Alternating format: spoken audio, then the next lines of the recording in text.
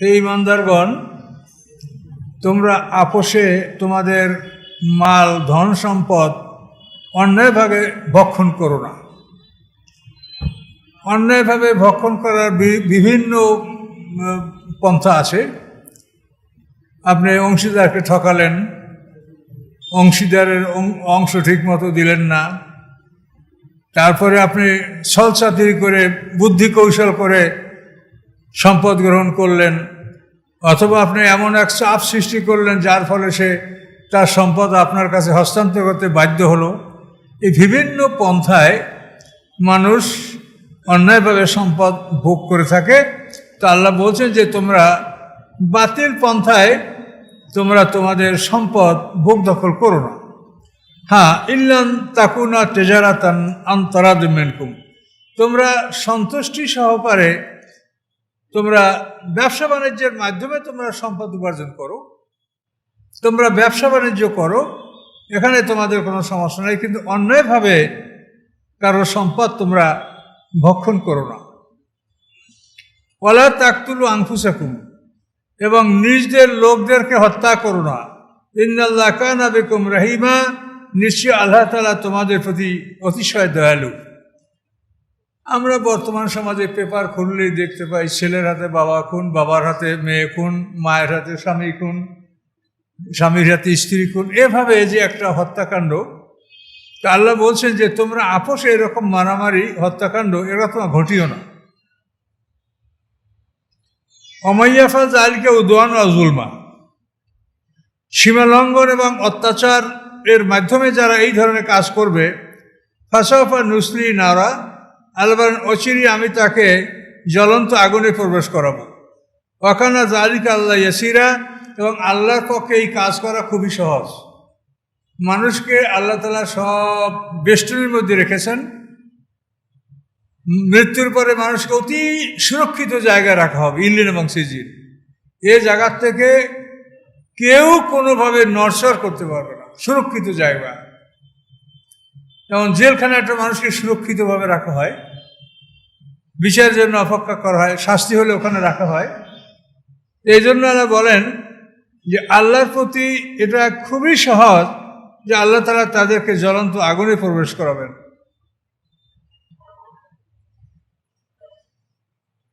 N তাজতানিবু কাবায়রা মা তুনহাউনা আনহু, যদি তোমরা বেঁচে থাকো ওই ধরনের বড় বড় অপরাধ থেকে যা তোমাদেরকে নিষেধ করা হয়েছে, নুকাফির আনকুম সাইয়্যাতিকুম, তাহলে আল্লাহ বলেন আমি তোমাদের ছোট গুনাহগুলি মাফ করে দেব। এখানে দেখেন কাবায়রা আলাদা বলা হয়েছে, কাবায়রের পরে সাইয়্যাত, তাহলে আমরা স্পষ্টই বুঝতে পারছি কাবায়রের পরে সাইয়্যাত মানে ছোট গুনাহগুলো। এখন ছোট বড় কোনটা এটা বুঝতে হবে। আল্লাহ বলেন তোমরা বড়গুলি যদি না করো ছোটগুলি ক্ষমা করে দেব।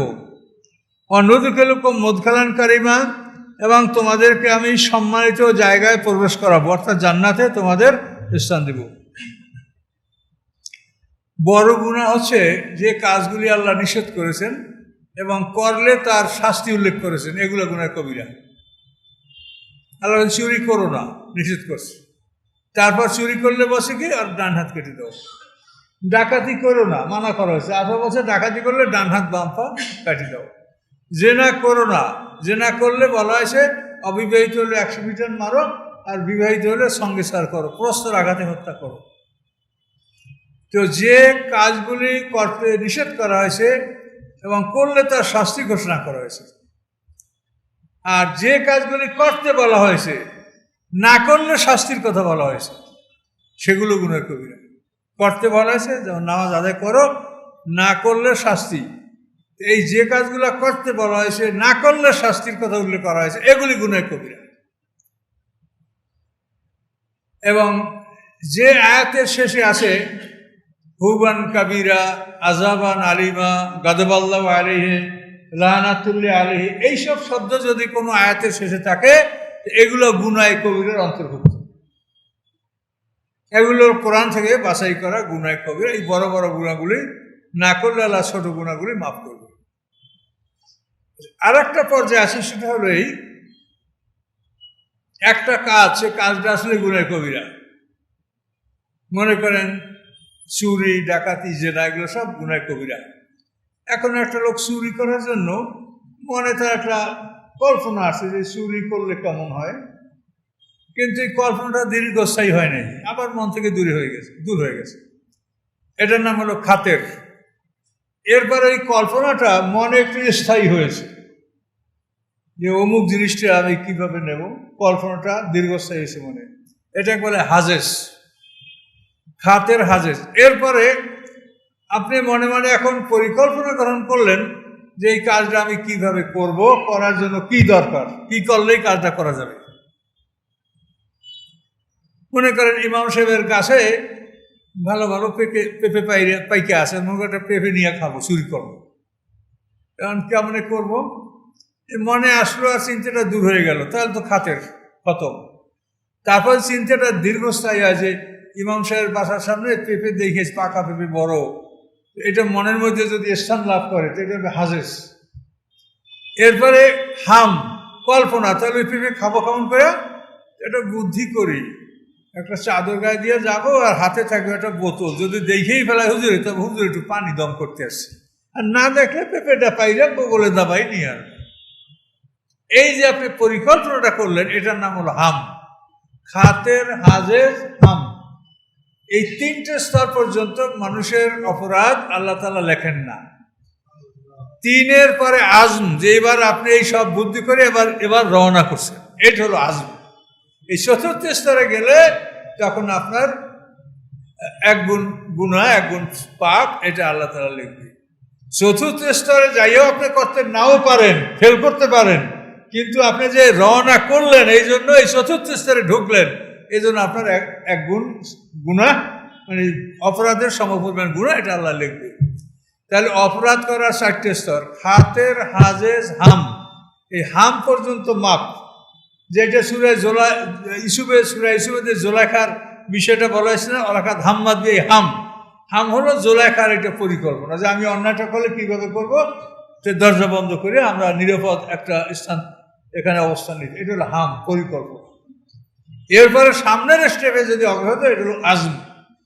তাহলে এখন দেখেন একটা লোক গুনার কথা ভাবছে, ভাইবিয়া মনে চিন্তা করছে, দীর্ঘস্থায়ী হয়েছে, পরিকল্পনা গ্রহণ করছে, তারপর আল্লাহর কথা মনে আছে যে না আমি এরকম কাজ করব না, আমি আল্লাহর বান্দা, আল্লাহ সব দেখে, আমি এটা করবো না। এই হাম পর্যন্ত কইরা ওই লোকটা ফিরে আসলো। তো ফিরে আসলে এই হলো হাম পর্যন্ত হলো গুনাহ সগীরা, এরপরে যদি আপনি জানতে হবে কবিরা। তাহলে একই কাজের মধ্যে সগীরা এবং কবিরা দুটোই আছে। যদি আপনি তৃতীয় স্তর পর্যন্ত গিয়ে ফিরে আসতে পারেন, তাহলে আপনি সগীরার মধ্যে থেকেই ফিরে আসলেন, আল্লাহ আপনাকে মাফ করবেন। এই জন্য আল্লাহ বলেন যে তোমরা যদি বড় গুনাহগুলি না করো, তাহলে আমি তোমাদের ছোট গুনাহগুলি মাফ করে দেবো। বড় ছোট আমরা কোথায় পেলাম, এখানে আল্লাহ ভাগ করছেন। এন তাজতানিবু কাবায়রা, তো কাবায়ের মানে বড়, নুকাফিরুনকুম সাইয়্যাতিকুম, আমি মাফ করবো তোমাদের ছোট গুনাহ। সাইয়্যাত মানে তাহলে ছোট গুনাহ হবে। তো এইভাবে বড় গুনাহ, ছোট গুনাহ, এবং কথায় কথায় চলাফেরায় ওঠা বসা আমাদের টুকটাক ভুল হয়েই যায়। আল্লাহ বলছেন যে চক্ষু নিচের দিক রেখে চলো, কিন্তু আমরা হয়তো ভুলে যাই, কারো দিক তাকাইলাম বা মনে থাকলো না, আল্লাহ নিষেধ করছে মনে নাই, কিন্তু তাকাইছি, কারোর সাথে ঠাট্টা উপহাস কিছু আজে বাজে কথা বলছি, এটা কিন্তু মানুষ, বন্ধু বান্ধব মহলে এরকম কিন্তু হয়। এই ধরনের টুকটাক কথাবার্তা, অতিরিক্ত কথাবার্তা, বাজে কথা, এই ধরনের বিষয়গুলি গুনাহ সগীরার মধ্যে গণ্য। এগুলি মানুষ যখন মসজিদে উজুর জন্য আসে, উজু করার সময় অনেকগুলো গুনাহ ঝরে যায়, তারপরে যদি তাকে ছোট গুনাহ তার নামাজের সাথে ঝরে যাবে। ইন্নাল হাসানাতি ইউযহিবনা সাইয়্যাত, আল্লাহ কোরআনে বলছেন যে মানুষের সৎকর্ম অপকর্মগুলোকে দূরীভূত করে, নামাজের কারণে এই সগীরা গুনাহ মাফ হয়ে যায়। এরপরে জুমার নামাজে মাফ হয়, এরপরে হজেও মাফ হয়, কিন্তু একেবারে কবিরা যেটা, এটা তওবা ছাড়া মাফ হবে না। খারাপ অভ্যাস কারোর মধ্যে আসে, গুনাহ কবিরা, এটা আল্লাহর কাছে তওবা করতে, তওবা মানে ফিরে আসতে হবে। তওবা মানে আস্তাগফিরুল্লাহ পড়া না, আস্তাগফিরুল্লাহ এটা জিকির। আপনি এক হাদিসে আছে আপনি দৈনিক 100 বার আস্তাগফিরুল্লাহ পড়েন, এটা জিকিরের মধ্যে গণ্য হবে। আপনার পাপ আছে কি না আছে, আপনি আস্তাগফিরুল্লাহ ওয়া আতুবু ইলাইহি, আস্তাগফিরুল্লাহ ওয়া আতুবু ইলাইহি, এইভাবে যদি আপনি 100 বার পড়েন, হাদিসে বলা আছে আল্লাহ রাসূল 100 বার ইস্তেগফার করতেন।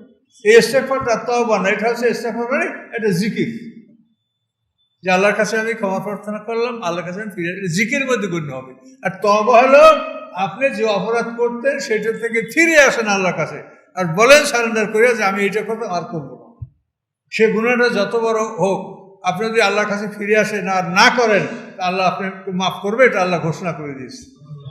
আর এর বহু নমুনাও আমাদের মধ্যে আছে। হযরত হামজা রাদিয়াল্লাহু তাআলা আনহুকে আল্লাহ রাসূলের চাচা, তাকে যে হত্যা করেছিল তার নাম ওয়াহশী, সে ওয়াহশীও তো ইসলাম গ্রহণ করছে। খালিদ ইবনে ওলীদ, যাকে আল্লাহ রাসূল সাইফুল্লাহ উপাধি দিয়েছেন, সে তো আল্লাহর রসুলের বিরুদ্ধে 19 বছর লড়াই করছে। খালিদ ইবনে ওলীদ ইসলাম গ্রহণকে হুদায়বিয়া সন্ধির পর, হুদায়বিয়া পর্যন্ত ইসলামের বয়স হয়েছে 19 বছর। 13 বছর হলো মক্কাতে আর 6 হিজরিতে হুদায়বিয়া। 19 বছর পর্যন্ত খালিদ ইবনে ওলীদ ইসলামের বিরুদ্ধে লড়াই করছে। বহু মানুষ, বহু মুসলমান তার হাতে, বহু মুসলমান শহীদ হয়েছে। সে খালিদ ইবনে ওলীদকে আল্লাহ মাফ করে নাই। আবু জাহেলের ছেলে ইকরামাকে মাফ করে নাই, ইকরামার সেনাপতি দায়িত্ব পালন করে নাই। তাহলে আল্লাহ বলছেন যে তওবা করলে মাফ করে দেব, ফিরে আসলে আমি মাফ করে দেব। কিন্তু জিনিসটা বুঝতে হবে। তো এই জন্য আমাদের আমলনামাটা ভালো রাখার জন্য যদি আমরা শুধু নেকামল দিয়ে আমলটা ভরে রাখতে পারি, তা আমাদের লাভ। হাসরের ময়দানে কোন অবস্থা কি হয়ে পড়ে তা তো বলা যায় না, কোন অপরাধ কিভাবে আল্লাহ বিচার করবেন। এই জন্য আমরা গুনার সাইডটা মোটেও না করা ভালো। আল্লাহ যেভাবে বলছেন সেইভাবেই থাকতে পারলে ভালো। এবং এটা থাকার উপায় হলো আপনি আল্লাহর কোরআনকে বিশ্বাস করেন। আল্লাহ বলছেন ওহুয়া মাকুম আইনামা কুনতুম, আল্লাহ তোমাদের সাথে আছে তোমরা যেখানেই থাকো। তা আপনি যখনই রাস্তায়, তখন যদি তাকাই কে না কে, তা আপনি বললেন আমার সাথে আল্লাহ আছে, তা আল্লাহর সামনে আমি এটা কেমন করে তাকাবো? এটা মনে করো আমার সাথে আল্লাহ আছে, তা আমি ওদিকে কী করে তাকাই? যে তাকান যাবে না, আল্লাহ আছে আমার সাথে। কারণ এই সমস্ত কোরআনের কথাগুলি যদি আপনি মনে হাজির রাখেন, উপস্থিত রাখেন, তাহলে আপনি ভালো পথে চলতে পারবেন, আল্লাহ আপনাকে চলতে সাহায্য করবে।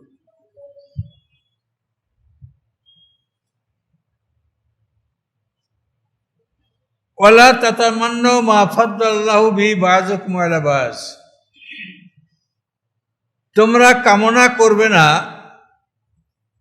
ওই সমস্ত বিষয়ের উপরে যে আল্লাহ তাআলা তোমাদের একজনকে অন্যজনের উপরে আল্লাহ অধিক অনুগ্রহ দান করেছেন, এটার ব্যাপারে তোমরা কামনা করবে না। এটা বলা হয়েছে যে নারীরা, আল্লাহ রাসূলের স্ত্রী সহ অন্যান্য নারীগণ, তারা অভিযোগ করছিল যে ইয়া রাসূলুল্লাহ, আমাদেরকে আল্লাহ নারী বানিয়েছে, আমরা যুদ্ধে যেতে পারি না, আমরা ভালো নেকামল করতে পারি না, তো আমাদেরকে আল্লাহ তাআলা এরকম করলেন কেন? তখন আল্লাহ বলেন যে আল্লাহ তাআলা যে একজনের উপরে অন্যজনকে অনুগ্রহ দান করেছে, এটা তোমরা কামনা করো না, তামান্না করো না। তুমি মেয়ে হয়েছ, তুমি পুরুষ হওয়ার কথা ভেবো না। তুমি যদি কৃষ্ণকায় হয়ে থাকো, তোমার রং কালো হয়ে থাকে, তুমি সুন্দর মানুষের উপরে আফসোস করো না আমি সুন্দর হলাম না কেন। কেউ জ্ঞানী হয়েছে, তোমার অতটা জ্ঞান নাই, কাজে তুমি এটা চিন্তা করো না যে ওই লোকটা জ্ঞানী হলো কেন, আমি হলাম না কেন। কাজে আল্লাহ তাআলা যাকে যেভাবে অনুগ্রহ দান করছেন, এটার উপরে তোমরা, মানুষের উপরে তোমরা হিংসা বিদ্বেষ করো না। কেন আল্লাহ বলেন রেজালে নাসিবু মিম্মা ইকতাসাবু, পুরুষদের ওই অংশই পুরুষরা পাবে যা তারা উপার্জন করে। অলেন নেশায় নাসিবু মিম্মা ইকতাসাবনা, আর নারীরা ওই অংশই পাবে যে নারীরা যা অর্জন করে। কাজেই তোমরা আমি নারী হলাম কেন, আমি সুন্দর হলাম না কেন, আমি ধনী হলাম না কেন, এভাবে তোমরা ঈর্ষা হিংসা বিদ্বেষ পোষণ করবে না, বরং আসআলুল্লাহ মিন ফাদলিহি, তোমরা আল্লাহর কাছে তার অনুগ্রহ চাও। ওই লোকটা আমার চাইতে ধনী কেন, এইটা না কইয়া তুমি আল্লাহর কাছে বলো যে আল্লাহ, যদি আপনি ভালো মনে করেন তো আমার এই অভাব আছে, এটা অভাব মেটান।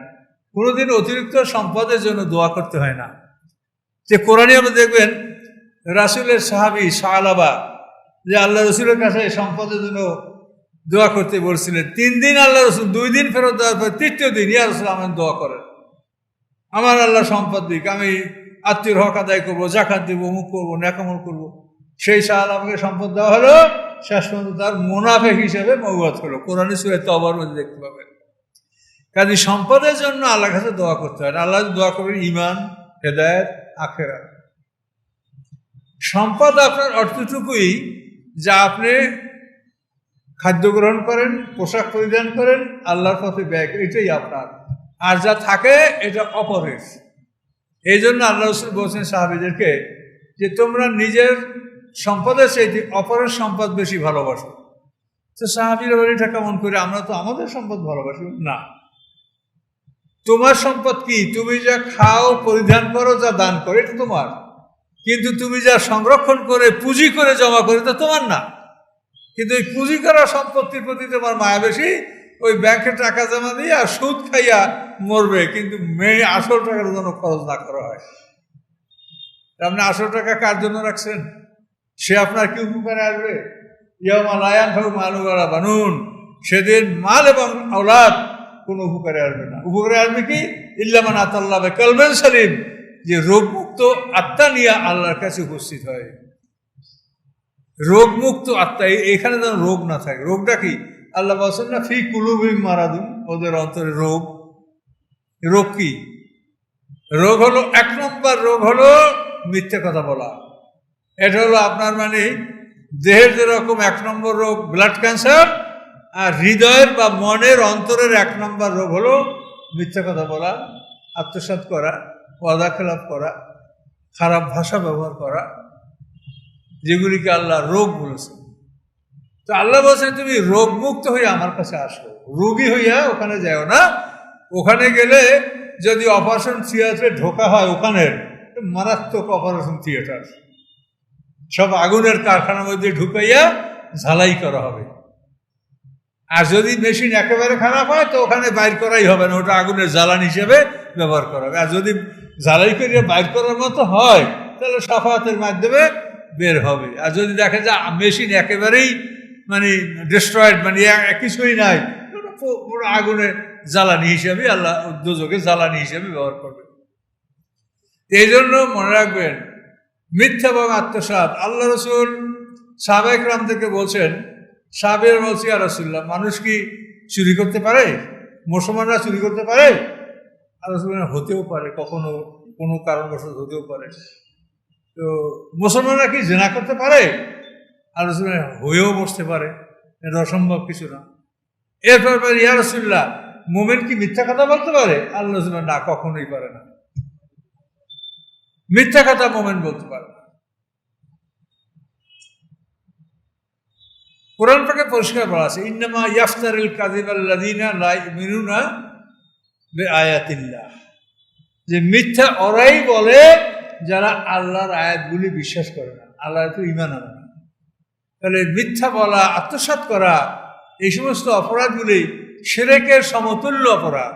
তো আল্লাহ বলছেন তুমি আমার কাছে রোগমুক্ত হইয়া দুনিয়াতে আসো, এখানে বসে তওবা করো, আল্লাহর কাছে ফিরে আসো, তারপরে নেকামল করো, ঈমান আনো, নেকামল করো, এটা তোমার চিকিৎসা। এই চিকিৎসা নিয়ে শুদ্ধ হইয়া পরিশুদ্ধ হইয়া আল্লাহ বলছেন আমার কাছে আসো। তোমার মাল আওলাদে আমি তোমার কোনো উপকার করবো না এবং তোমার উপকারে আসবে না। কাজে এই কথাগুলো ভালো করে বুঝুন।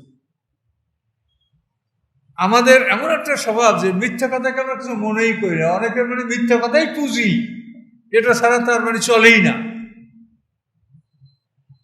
কাজে এ ধরনের অবস্থা হাসমাজা কিন্তু ভয়ঙ্কর পরিণতি হবে। মিথ্যা ভালো করে ভেবে দেখেন, কোনো অবস্থাতে মিথ্যা, আত্মসাৎ এগুলি করা যাবে না। আজকে দেখেন আমাদের দেশের চিত্রটা যদি আপনি দেখেন, তো দেখবেন যে আত্মসাৎ যাদের ক্ষমতা আছে, যাদের মানে দখল আছে, তাদের মধ্যে শতকরা 90-95% মানুষের মধ্যে আত্মসাৎ। হয়তো 5টা লোক ভালো থাকতে পারে, ভালো থাইকে তাদের কোনো উপায় নেই। যে পুলিশে ঘুষ খাবে না তার প্রতি 2 মাস পর পর বদলি হবে, খালি এই থানায় যাও, ওইখানে যাও, বাংলাদেশ সব থানায় ধারে খালি ঘুরবে। কেন? ঘুষ খাইতে হবে, ঘুষ খাইয়া সিনিয়র জুনিয়র এর একটা চেইন আছে, এভাবে কাজ করতে হবে। কাজে ভালো মানুষ যে নাই তা না, আছে, কিন্তু তাদের খুব কষ্ট করে চলতে হয়। সমাজ যদি অধিকাংশ খারাপ হয়, সেখানে ভালো মানুষদের চলা খুবই কষ্টকর হয়ে পড়ে। ব্যবসা বাণিজ্য যারা করে তারা বলে যে হুজুর আমার মিল আছে, এখন এই মিলে সারা বাংলাদেশে আমার সমমানের আরও ধরেন 100 মিল আছে। এখন ওদের প্রোডাকশন মিলে সরকারকে 15% ভ্যাট দেওয়া লাগবে। আপনি যা উৎপাদন করছেন 15%, মানে অর্থাৎ 100 ব্যাগ মাল যদি আপনি উৎপাদন করেন, 15 ব্যাগের দাম সরকারকে ভ্যাট দিতে হবে।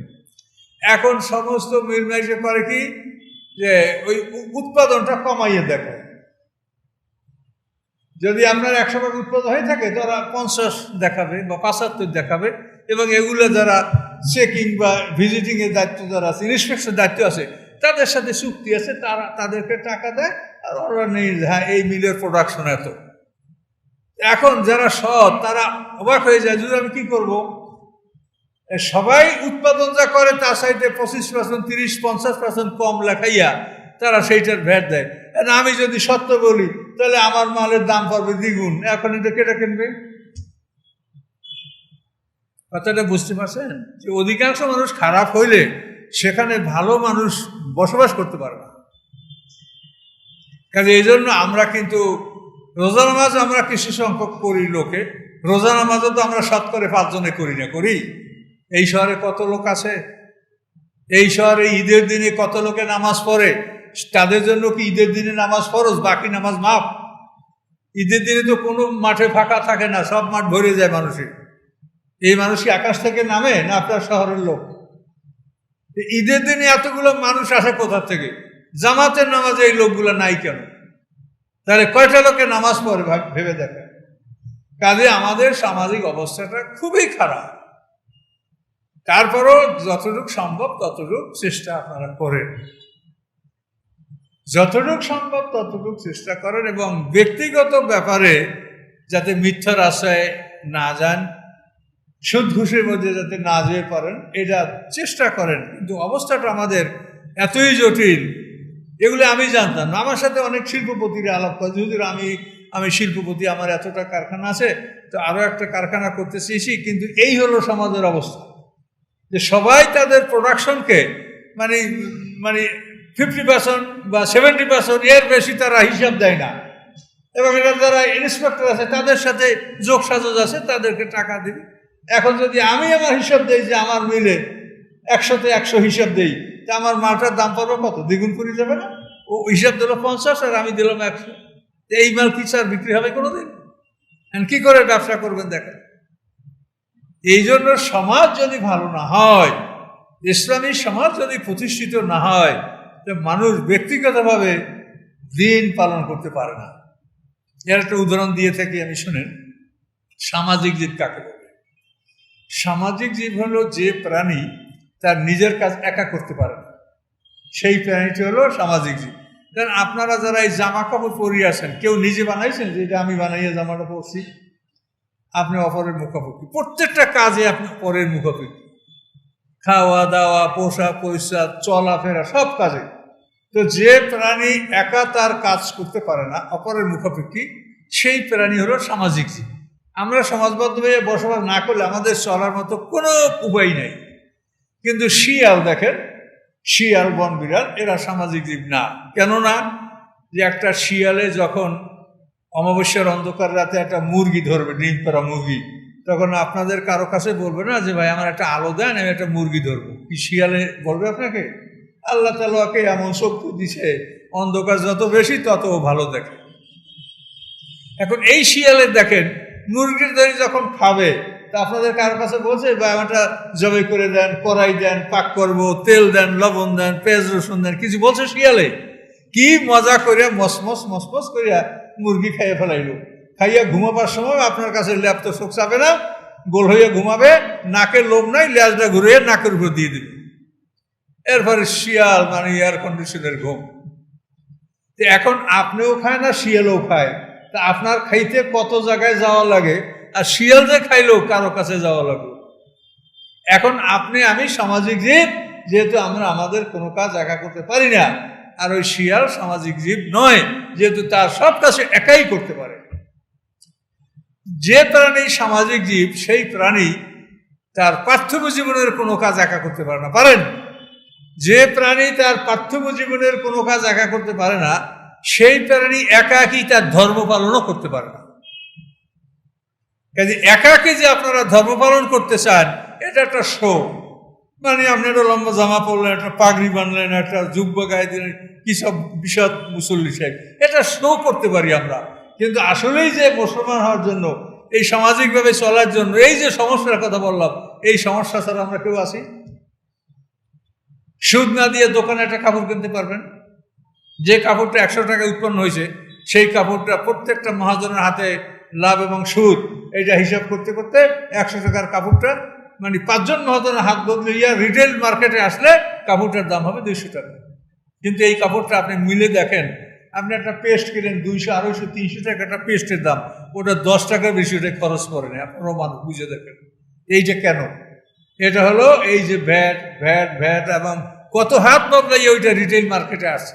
প্রত্যেকের লাভ, প্রত্যেকের সুদ, সরাইতে সরাইতে আপনি দেখবেন যে একটা পেস্টার দাম হওয়া উচিত 5 টাকা, সেইটার দাম 200, 250, 300 টাকা। প্রত্যেকটা জিনিসই এরকম, শুধু কর ভ্যাট চাপাতে চাপাতে এই সব দ্রব্যমূল্যের মূল্য বেশি। আমরা কই দাম বাড়ছে, কিন্তু দামটা যে কোথা থেকে বাড়ে সেটা কিন্তু আমরা শতকরা একটা লোক আমরা বুঝি না যে দামটা বাড়লো কোথা থেকে। তাহলে আমাদের যে সমাজ হালালান তৈবা, খাবার কি আমাদের আছে? কোন সাইট কি আমাদের আছে বলেন? লেবাস পোশাক সর্বস্ব ছাড়া আমাদের মধ্যে ইসলামের আসলে কিছু নাই, পরীক্ষা করে দেখেন। আর এগুলো বিষয়ের দিনে উঠে আসবে। এখন তো আমি আপনার জামা ফালা দেখলে সমালোচনা করি, আপনার টুপিটা ভালো হয় নাই, তো লেবাসটা ভালো, এগুলো আমরা করি। কিন্তু আসলে যে মুসলমান হইতে পারছি কিনা এ চিন্তা আমাদের মধ্যে না। আলেম সমাজ এটা চিন্তা করে না, সাধারণ মানুষও চিন্তা করে না। আলেম না করলে সাধারণ মানুষ কোথায় পাবে এই চিন্তা? কাজে আমরা খুব ভয়ঙ্কর বিপদের মধ্যে আছি। এই জন্য এই বিষয়গুলি সম্পর্কে আমার সতর্ক থাকেন। তা আল্লাহ বলছেন যে তোমরা কারো ধন সম্পদ দেখিয়া মানে হিংসা বিদ্বেষ করো না, বরং তোমার যা প্রয়োজন আল্লাহর কাছে চাও যে আল্লাহ আমাকে দেন। কারো ধন সম্পদ, কারো গুণ জ্ঞান দেখে তুমি তার প্রতি বিদ্বেষ পোষণ করো না, হাসাদ করো না। ইন্নাল্লাহ কানা বিকুল্লি শাইইন আলিমা, নিশ্চয়ই আল্লাহ তাআলা সব বিষয় সম্পর্কে অবগত আছে, সব বিষয়ে তিনি জানেন। কাজে মনে যদি কারো বিরুদ্ধে তুমি হিংসা বিদ্বেষ পোষণ করো, আল্লাহ জানেন করবে না।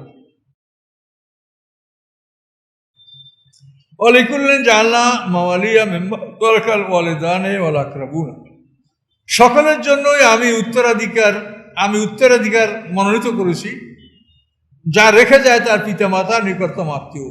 পিতামাতা নিকটতম আত্মীয় যা রেখে যায়, এই সম্পদের আমাদের সবাইকে আল্লাহ তাআলা উত্তরাধিকারী মনোনীত করেছেন। আমরা সবাই এই সম্পদের ভাগবাসী, আওলাদ পর্যন্ত, ছেলে মেয়ে, ভাই বোন, পিতামাতা সবাই অংশ পায়। এজন্য আল্লাহ তাআলা এই ব্যবস্থা করেছেন। আল্লাযীনা আকাদাত আইমানুকুম ফাতুম নাসিবাহুম, যাদের সাথে তোমরা চুক্তিতে আবদ্ধ হও তাদেরকে তাদের অংশ দিয়ে দিও। আপনি ব্যবসার চুক্তি হোক, বন্ধুত্বের চুক্তি হোক, যে কোনো চুক্তি যদি করেন যায় তোমাকে আমি এই দেবো ওই দেবো, একটা চুক্তি যদি থাকে তাহলে সেটা তোমরা দিয়ে দিও। এগুলো কি তোমার দেয় না? এই তো বিভিন্ন রকমের আপনারা সমাজে থেকে জানেন যে মানুষে মানে বিভিন্ন চুক্তি করে।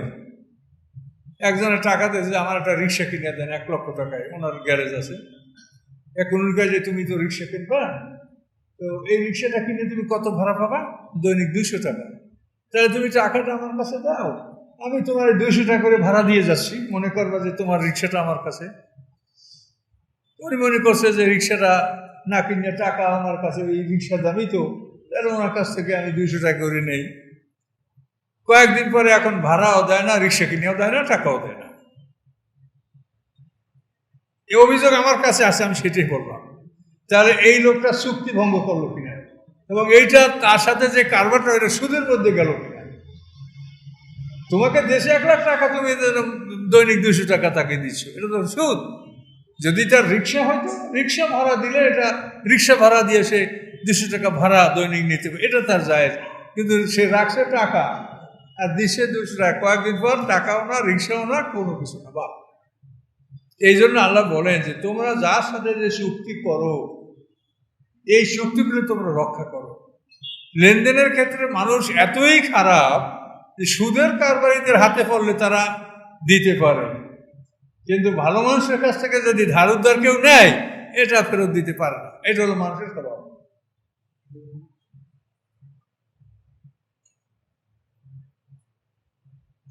ইন্নাল্লাহ কালা আলা কুল্লি শাইইন শাহিদা, আল্লাহ তাআলা সব কিছুর উপরে সাক্ষী। কার সাথে চুক্তি করছো, কার সাথে ওয়াদা করছো, আল্লাহ সাক্ষী, আল্লাহ জানে। কাজী ওয়াদা চুক্তি এগুলি সব তোমরা যথাযথভাবে পালন করবে। আর রিজালু কাওয়ামুন আলান নিসা, পুরুষরা নারীদের উপরে কর্তৃত্ব করবে। কেন করবে?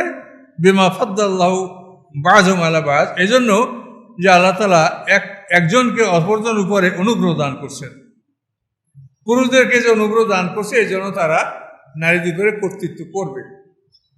আর কেন কর্তৃত্ব করবে? অবেমা আনফাকুমের নাম আলিম, এই জন্য করবে যে তারা তাদের সম্পদ ব্যয় করছে নারীদের জন্য। খাওয়া, পোষা, ভরণ পোষণ, থাকার জায়গা সব তো পুরুষরাই করছে। এই জন্য আল্লাহ বলেন, যেহেতু পুরুষরা তাদের কর্তৃত্ব করবে এবং পুরুষরা তাদের ধন সম্পদ তাদের উদ্দেশ্যে ব্যয় করছে, এই জন্য পুরুষরা সালেহাত, সৎকর্মশীলা নারীদেরকে যেন তারা বিয়া করে।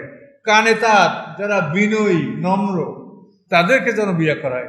হাফেজাতুন, তারা সংরক্ষণকারী রক্ষণশীলা, লেল গায়েবে, অদৃশ্যে, মানে যখন তার কাছে স্বামী থাকে না, পরিবারের লোকজন থাকে না, এই অদৃশ্য সময় যেন সে খেয়ানাত না করে। এই অদৃশ্যে যেন বেমা হাফেজ আল্লাহ, যে বস্তুকে আল্লাহ হেফাজতে রেখেছে। নারী পুরুষের যে বিশেষ অঙ্গগুলিকে আল্লাহ তাআলা বিশেষ হেফাজতে রেখেছেন, যার জন্য আমরা এই জামা কাপড় লেবাস কত কিছু আমরা পড়ছি, তা আল্লাহ বলছেন এটা আল্লাহ হেফাজতে রেখেছেন।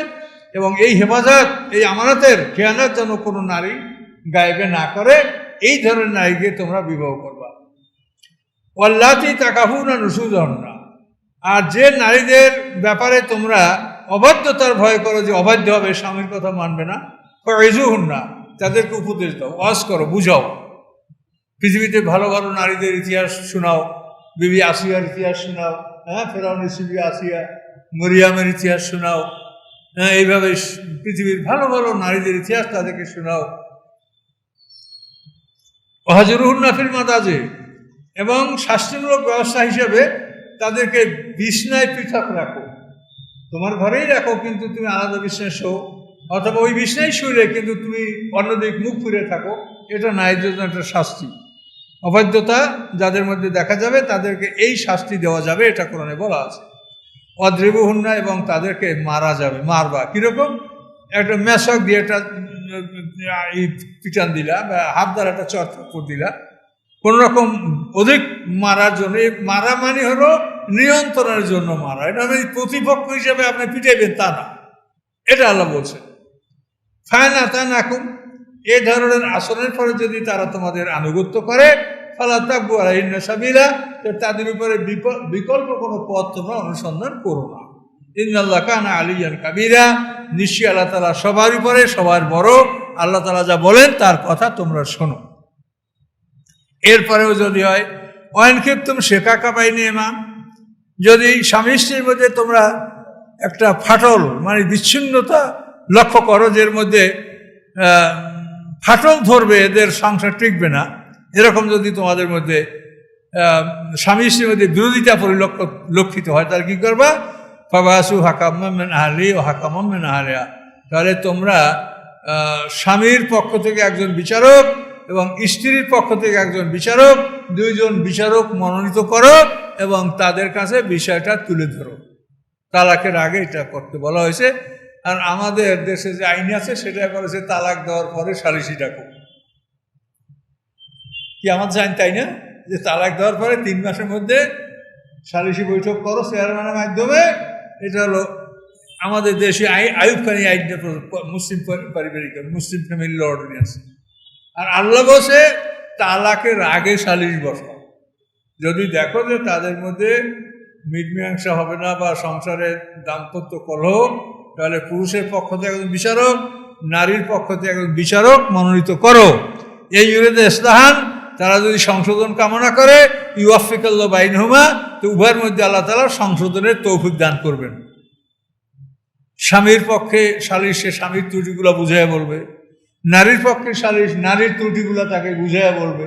এভাবে তারা যদি একে অপরকে বুঝায়, তা আল্লাহ বলছেন যে সংশোধনের ইচ্ছা করলে আল্লাহ সংশোধনের তৌফিক দিবেন। ইন্নাল্লাহ কানা আলিমান কাবিরা, নিশ্চয় আল্লাহ তারা সব কিছু জানে, সব কিছুর খবর রাখে। তা আল্লাহ যে বিষয়টা কোরআনে স্পষ্ট বলেছে, সেই বিষয়টার উল্টা যদি কেউ করে, তা সে কি করলো বলেন তো? এবং এই সালিসি বইটার কোনো ফায়দা হয়? যারা মনে করছে যে আমি শিখে তালাক দিয়ে গ্রহণ করবো না, ওই সালিসিতে যায় না, গাটা টাকা দিয়ে থাকে। আর শেয়ার মানে এগুলো ঝামেলা করতে যায় না, এগুলো কোনো সুফল হয় না। এখন আল্লাহ বলছে যে তালাকের আগে তোমরা দুই পক্ষের সালিসি বসে বিষয়টা মীমাংসা করো। ওয়াবুদুল্লাহ ওয়া লা তুশরিকু বিহি শাইআ, তোমরা আল্লাহর গোলামি করো, আল্লাহর সাথে বিন্দুমাত্র শরীক করো না। ওয়াবিল ওয়ালিদাইনি ইহসানা, এবং পিতামাতার সাথে সদ্ব্যবহার করো। মানে আল্লাহর ইবাদতের আদেশ দেওয়ার পরপরই পিতামাতার সাথে সদ্ব্যবহার। এই তো কাইন্ডে পশু দেখলাম ছেলেরা মাকে গরুর ঘরে রাখছে 15 দিন কি 1 মাস, এরকম পেপারটা দেখছি, আপনারা হয়তো পড়েছেন। শেষ পর্যন্ত মায়ে কেস করছে, ছেলেদেরকে ধরে নিয়ে গেছে, কোর্টে হাজির করছে। কিন্তু মা কাকে বলে? মায়ে যাই এদের জামিন করে নিয়েছে। যে মাকে ছেলেরা বুয়াল ঘরে রাখলো, সেই মা সন্তানদের শাস্তি এটা সহ্য করতে পারলেন না, মা যাইয়া তাদেরকে জামিন করে নিয়ে আসলো। পেপারে দেখে 2-1 দিনের আগেই দেখলাম আমি। তাহলে এই পিতা মাতার উপরে কি ব্যবহার করা উচিত? এই রাজশাহীতেও আমরা পেপারে দেখছি যে ছেলেরা বড় বড় অট্টালিকার মালিক, বাবাকে বাড়ির আঙিনায় খাটে ফেলাই রাখছে, কেউ নেবে না, কোনো ছেলে নেবে না। শেষ পর্যন্ত পরে শুনলাম যে একজন মেয়ে আইসা বাবাকে নিয়ে গেছে, ছেলেরা কেউ গ্রহণ করে নাই, সবাই অট্টালিকার মালিক। যদি অট্টালিকা কয়দিন থাকবে? এই জন্য আমি বলি, মনে রাখেন, আপনি অট্টালিকার মালিক, আপনার বাড়িতে ভাড়াটিয়ারা আছে, তো ভাড়াটিয়ারা যখন নামিয়ে যাবে তখন তাদের মাল আসবাব নিয়ে ভাড়াটিয়া যাবে। কিন্তু আপনি যেদিন নামবেন, আপনি কিছুই নিয়ে নামতে পারবেন না, খালি নামিয়ে যাবেন, মার্কিন কাপড় নিয়েই জড়াইয়া নামিয়ে যাবেন। কিন্তু আপনি মালিক হইয়া কিছুই নিয়ে নামতে পারবেন না। ভেবে দেখেন সত্য কিনা। আপনার ভাড়াটিয়া তার মাল সব নিয়ে নেমে গেল, কিন্তু আপনি মালিক কিছুই নিয়ে নামতে পারছেন না। যদি বুঝে দেখেন। পিতামাতার প্রতি সদ্ব্যবহার করো, জিল করবা নিকটতম আত্মীয়স্বজন, ইয়াতিম, মিসকিন, জারে জিল করবা নিকটতম প্রতিবেশী, জারের জুনুব দূরবর্তী প্রতিবেশী, সাহেবে জাম পাজরের সাথী। পাজরের সাথী আপনারা একজন আরেকজনের পাজের কাছে বসছেন, এইভাবে যারা পাশাপাশি নামাজ পড়েন তারা একে অপরের পাজরের সাথী। যারা যাত্রা করার সময় এক সিটের পাশে আর এক সিট বসে, এ হলো আপনার পাজরের সাথী, এদের হেসান করতে হবে। অবনাথ সাবির, মুসাফির, চলাফেরা করতে করতে যাদের রেশন পুড়ে যায় বা যাদের টাকা পয়সা চুরি ডাকাতি হয়ে যায়, এরকম মুসাফিরকে আপনাকে সাহায্য করতে হবে। অমামালাকাত আইমানুকুম, এবং তোমাদের ডান হাতের বলে তোমরা যাদের মালিক হয়েছ, অর্থাৎ তোমাদের অধিকারভুক্ত দাস, তাদের প্রতি তোমরা সদ্ব্যবহার করবে। ইন্নাল্লাহ লা ইউহিব্বু মান কানা মুখতালান ফাকুরা, আল্লাহ তাআলা অহংকারী এবং প্রদর্শনকারীদেরকে আল্লাহ পছন্দ করেন না। নিজেকে প্রদর্শন করে বেড়ায়, অহংকার করে, এদেরকে আল্লাহ পছন্দ করেন না। তো এখানে দেখেন 9টা গ্রুপের কথা বলা আছে। অবেল ওয়ালিদাইনি ইহসানা, জিল করবা, ইয়াতামা, মাসাকিনা, জারে জিল করবা, জারিল জুনুব, সাহেবে জাম, অবনাথ সাবিল, আমা মালাকাত আইমানুকুম। 9। এই 9টা গ্রুপ এরা হলো এহসান পাবে। জাকাত না, জাকাতের জন্য 8টা গ্রুপ সূরা তাওবা দেখবেন। জাকাত পাবে 8টা গ্রুপে, এহসান মানে জাকাত না, আপনার পিতামাতা জাকাত পাবেন, এহসান। আত্মীয়স্বজনদেরকে খাওয়াবেন, এহসান করবেন। আপনি একটা মাহফিলে গরু নিয়ে যান, পিসের বাড়ি, খুব খুশি, পিসের গরু নিয়ে গেছেন, কিন্তু ওই গরুটা পিসের বাড়ি না নিয়ে ওইটা যদি আপনি বছরে একবার গরুটা জবা করে আপনার যারা নিকটতম এবং দূরবর্তী আত্মীয় আছে তাদেরকে নিয়ে যদি বছরে একবার আপনার একটা খাওয়া দাওয়া করেন বা এক জায়গায় একত্রিত হন, তো এইটা ভালো না ওই হুজুরের বাড়ি গরু দিয়েছেন? কোনটা ভালো? আল্লাহর পরামর্শ মানেন। আল্লাহ বলেন এই আত্মীয় স্বজনদের প্রতি তোমরা এহসান করো। 9টা গ্রুপ। প্রথমে বলা হয়েছে পিতামাতা, তারপরে নিকটতম আত্মীয়, ভাই বোন, চাচা, মামা, খালু, আপনজন, তারপর শ্বশুরবাড়ির আত্মীয় স্বজন কথাও কোরআনে বলা আছে। তারপরেও নিকটতম প্রতিবেশী আপনি একেবারে ঘরের কাছে, তারপর জালের জুনুব একটু দূরবর্তী প্রতিবেশী, তারপরে সাহেবের জাম পাদরের সাথী, তারপরে মুসাফের, তারপরে তোমার দাস দাস। এই 9টা গ্রুপে পাবে এহসান, 8টা গ্রুপে পাবে জাকাত। এই 17টা গ্রুপের মধ্যে আপনার দান সীমাবদ্ধ থাকবে। আমার আলাদা ছোট বইতে এইসব কথাগুলি বলা আছে সুন্দর করে।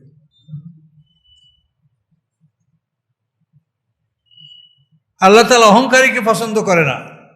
আপনি আত্মীয় স্বজন পাড়া প্রতিবেশীর সাথে যদি সদ্ভাব রাখেন, আপনার কোনো বিপদের সংবাদ পেলে সবাই দৌড়ে আসবে। আপনাদের এই চোর ডাকাত ঝোঁকলে সবাই দৌড়ে আসবে যে রে লোকটা ভালো লোক, আমাদের গ্রামের মানুষ। আর যদি আপনি এই পাড়া প্রতিবেশী আত্মীয় স্বজনের ভালো সম্পর্ক না রাখেন, তো ডাকাত দেখে আপনারা পিটাবে, আর ওরা চুপ করে থাকবে যে কথা বলিস না, সালারে মারুক, ও আমাদের কিছু দেয়, ও আমাদের খাওয়ায়, আমাদের সহযোগিতা করে, তো ওরা তখন মানে চুপ করে ঘরের দরজা বন্ধ থাকবে। আর যদি আপনার তাদের অন্তর ভালো থাকে, তা আপনার বিপদে আপদে, আগুনে, পানিতে, যে কোনো বিপদে মানুষ সবাই আপনার কাছে চলে আসবে। যদি আল্লাহ যা বলছে এটা আমাদের কল্যাণের জন্যই বলছে।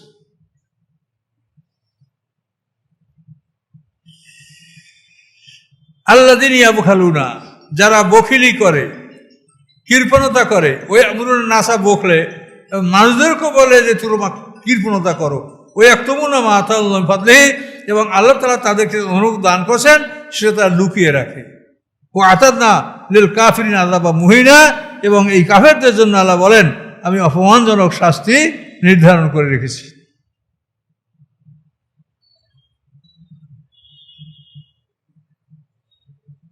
আচ্ছা, এখানে এই যে বখিলি করা, এই বখিলির ব্যাপারে বলা হয়েছে কেউ যদি এলেম লুকিয়ে রাখে সে হবে এই বখিলের চেয়ে বড় বখিল। বিদ্যা আছে কিন্তু বিদ্যা মানুষকে দিবে না, বিদ্যা লুকিয়ে রাখে। আমার কথা শুনে যেন আর একজন কিছু না করতে পারে, আমার কথা শুনে একজনের লেখক না হয়, একজন বক্তা না হয়, এরকম অনেক আলেমের মধ্যে এরকম বিষয়টা আছে। এই জন্য এলেমকে লুকিয়ে রাখা এটাও বখিলির অন্তর্ভুক্ত। কাজে জ্ঞানকে আপনি লুকিয়ে রাখবেন না, জ্ঞান আপনি সবসময় সরবরাহ সাপ্লাই দিতে থাকবেন। আল্লাযীনা ইউনফিকুনা আমওয়ালাহুম রিয়ান নাস, যারা সম্পদ ব্যয় করে মানুষকে দেখানোর জন্য, ওয়ালা ইউমিনুনা বিল্লাহি ওয়াল ইয়াউমিল আখির, এবং আল্লাহ এবং পরকালে বিশ্বাস করে না, তো এদের জন্য আল্লাহ ধ্বংস। ওয়া মা ইয়াকুনু শাইতানু কারিনান ফাসাআ কারিনা, আল্লাহ বলেন শয়তান যার বন্ধু তার অতি নিকৃষ্ট বন্ধু। ওয়া মা জাআলা আলাইহিম আমানু বিল্লাহ, আল্লাহ বলেন কি ক্ষতি হতো যদি তারা ঈমান আনতো আল্লাহর প্রতি, পরকালের প্রতি। ওয়া আনফাকু মিম্মা রাযাকাহুমুল্লাহ, এবং আল্লাহ তাদের রিজিক দিয়েছেন তা থেকে তারা যদি ব্যয় করতো, কি ক্ষতি ছিল, কি অসুবিধা ছিল, এটা কেন করলো না? ওয়া কানা আল্লাহু বিমা আলিমা, আল্লাহ তাআলা তাদের সম্পর্কে সবকিছু অবহিত আছেন। ইন্নাল্লাহ লা ইয়াজলিমু মিসকালা যাররা, নিশ্চয়ই আল্লাহ তাআলা যাররা পরিমাণ কারো উপরে জুলুম করবেন না। ওয়া ইন তাকু হাসানাতুন ইউদাইফা, যদি কল্যাণকর হয়, যদি নেকামল হয়, আল্লাহ নেকামতকে অনেক বাড়াই দেবেন। ওয়া ইউতি মিন লাদুন আজরান আযীমা, এবং আল্লাহ নিজের পক্ষ থেকে অনেক নেক বাড়াই দেবেন। আল্লাহ এক জররা পরিমাণ জুলুম করবেন না, নেকামল যদি হয় সেটা আল্লাহ বহুগুণ বাড়াই দেবেন। তো এখন এই কথার দ্বারা প্রমাণ হয় যে যারা ঈমান নিয়ে মারা যাবে, খুব হালকা আমল আছে, তারা শাফাতের মাধ্যমে বাইর হবে। আল্লাহ বলছেন যে যারা যারা মানে অনু পরিমাণ যদি কল্যাণ হয় আল্লাহ সেটাকে বাড়াইয়া দিবেন। তাহলে যদি আপনাকে দোজক থেকে না বাইর করা হয় তাহলে আল্লাহ দিবে কোথায়? দোজকের মধ্যে জান্নাত দিবে? এই জন্য মানে একদল লোকে বলে যে দোজকে ঢুকলে আর বাইর হবে না, এই আয়াত তাদের কথার সম্পূর্ণ বিপরীত। যে আল্লাহ বলছেন যার্রা পরিমাণ নেকামল থাকলেও আল্লাহ তাআলা তার নেকামল বাড়ায় দেবেন এবং নিজের পক্ষ থেকে বিনিময় বাড়ায় দেবেন। কাজে এই জন্য দোজকে ঢুকবে কারা? যাদের নেকামল কম, বদামল বেশি হয়ে গেছে, এরা দোজকে ঢুকবে, কিন্তু ঢোকার পরে এরা শাফাতের মাধ্যমে দোজক থেকে 3টে স্তরে বাইর হবে। আল্লাহ রাসূল বলেন যে আমাকে আল্লাহ তাআলা বহুকাল পার হয়ে যাওয়ার পরে বলে দেবেন যে এই সীমানার মধ্যে যারা আছে তাদেরকে সাফাত করে আপনি বের করেন, আল্লাহ রসুল আমি বের করবো। এরপরে বহুকাল পার হয়ে যাওয়ার পর আরেকটা সীমানা দেখাই দিবেন যে এই পর্যন্ত যারা আছে তাদেরকে বাইর করেন, আল্লাহ রসুল বলেন আমি তাদেরকে সাফাত করে বাইর করবো। এরপরে সর্বশেষ সীমানা হলো এই জাররা, বিন্দুমাত্র ইমান নিয়েও যারা মারা গেছে তাদেরকে আল্লাহ তাআলা এই জাররা পরিমাণ আমলের সওয়াব তাদেরকে দিবেন। কাজে এই জন্য যারা বলে দোজখে ঢুকলে আর বাইর হবে না, খুবই অন্যায় কথা তারা বলে। আমি এই জন্য একটা যুক্তি দিয়ে থাকি যে একটা লোক চুরি করে দোজখে ঢুকছে, আর একটা লোক চুরি ডাকাতি 2টা অপরাধ করে ঢুকছে, আর একটা লোক চুরি ডাকাতি জেনা 3টা অপরাধ করে ঢুকছে, আর একটা লোক চুরি ডাকাতি জেনা খুন 4টা অপরাধ করে ঢুকছে। এখন এই 4টা অপরাধ করে যে ঢুকছে সেও আজীবন দোজখে থাকবে, আর যে একটা অপরাধ করে ঢুকছে সেও আজীবন দোজখে থাকবে। এটা কি হয়? এটা কি ন্যায় বিচার? কখনোই না। কাজে এই জন্য দোজখে ঢুকলে বাইর হবে না এই কথা যারা বলেন তারা সম্পূর্ণ কোরআনের খেলাফ কথা বলছেন। দোজখে ঢুকলে বাইর হবে না কারা? যাদের মধ্যে ঈমান নাই, কাফের, তারা বাইর হবে না। কিন্তু মোমেনে ফাসেক যারা, মোমেন এবং তার মধ্যে আমলের ত্রুটি আছে যাদের, আমল দেখাবার কম আছে যাদের, তারা অবশ্যই শাফাতের মাধ্যমে বের হবে। এই পর্যন্ত থাকলো। সূরা নিসার তাফসীর খুব কঠিন, তো এ পর্যন্ত ইনশাআল্লাহ 40 নম্বর আয়াত পর্যন্ত আমরা আলোচনা করি।